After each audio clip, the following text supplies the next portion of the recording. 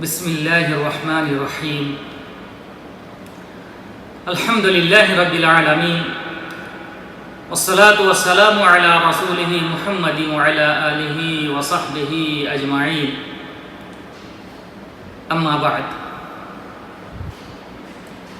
میرے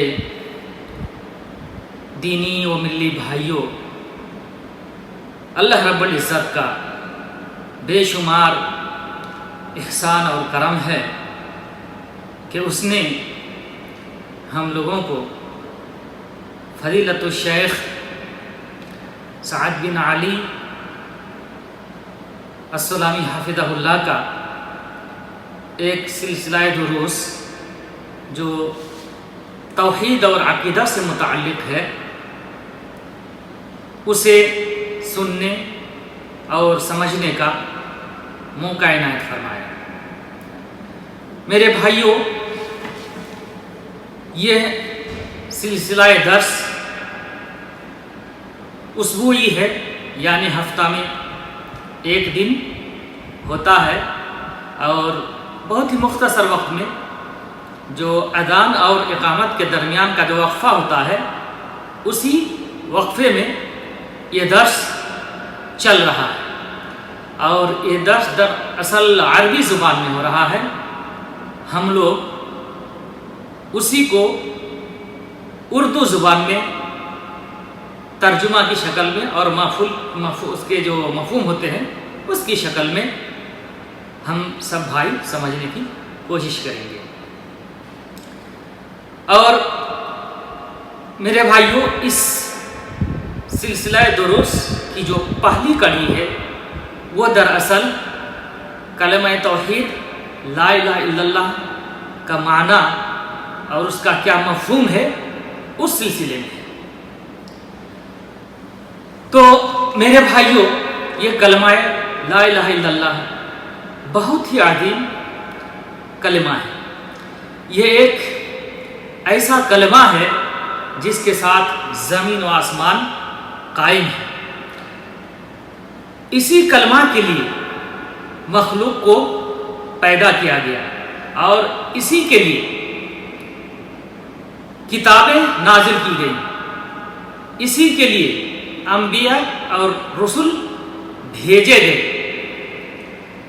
اسی کلمہ توحید کے سبب جنت اور جہنم بنایا گیا، اور اسی کی وجہ سے انسان دو حصوں میں بٹ گئے۔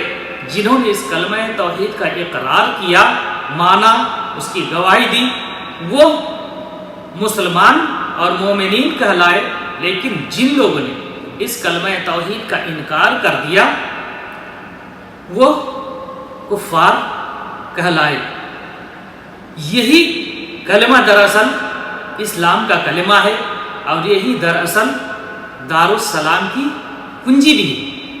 میرے بھائیوں، یہ ایک ایسا کلمہ ہے جس کے بارے میں شروع سے لے کر آج تک جتنے بھی انسان اس دنیا میں آئے ہیں اور اب کے بعد سے قیامت تک جتنے انسان اس دنیا میں پیدا ہوں گے تمام کے بارے میں، تمام سے اس کے بارے میں سوال کیا جائے گا۔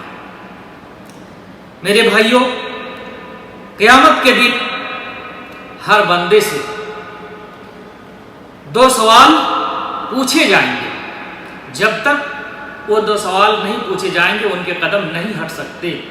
ان میں سے ایک سوال یہ ہے کہ تم کس کی عبادت کرتے تھے؟ دوسرا سوال، رسولوں کا تم نے کیا جواب دیا؟ میرے بھائیوں، تم کس کی عبادت کرتے تھے؟ اس کا جواب کیا ہوگا؟ کیسے جواب اس کا بنے گا؟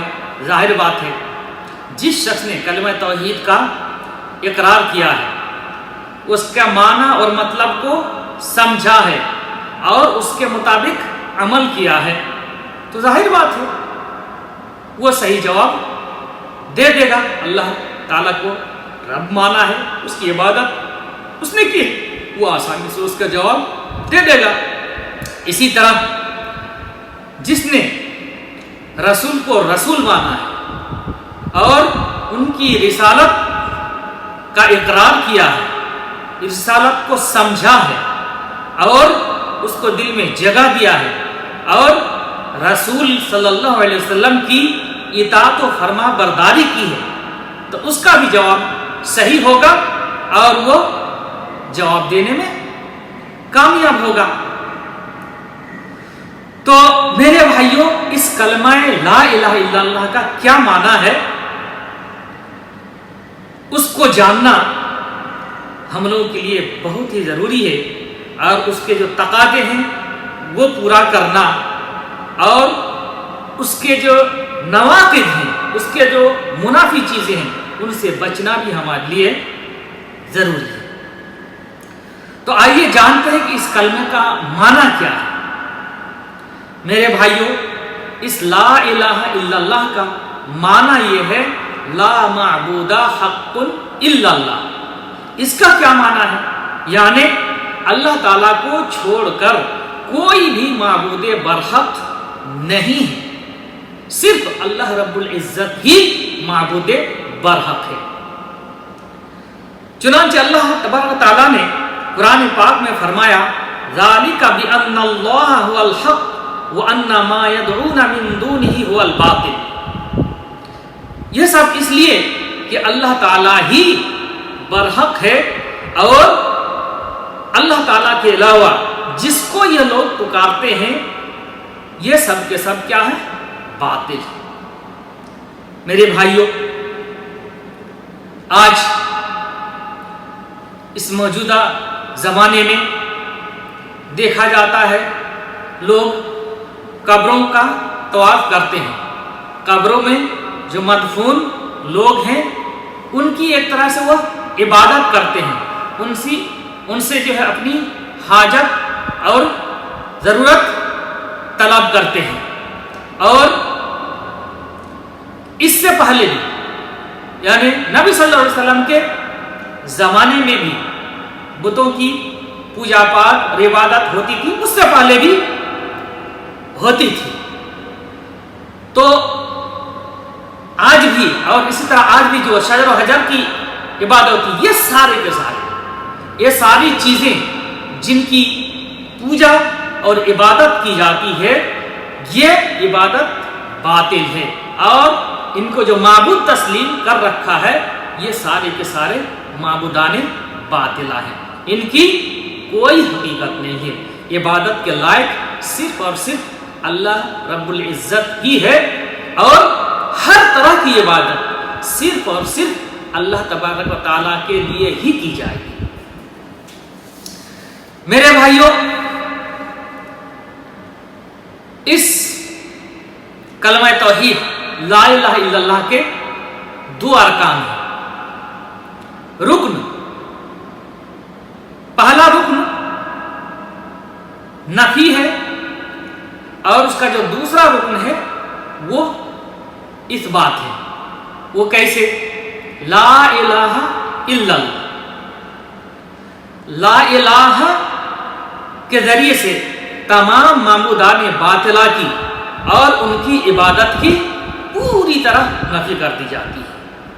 اور اس کے بعد جو دوسرا رکن ہے الا اللہ، اس کے ذریعے سے معبود برحق صرف اور صرف اللہ رب العزت کو ثابت کیا جاتا ہے اور ہر طرح کی عبادت صرف اور صرف اللہ رب العزت کے لیے ہے۔ تو اس طرح اس کلمہ توحید لا الہ الا اللہ کے دو ارکان ہیں، ایک نفی جو پہلا حصہ ہے لا الہ الا اللہ اور دوسرا اس بات جو دوسرا حصہ ہے الا اللہ۔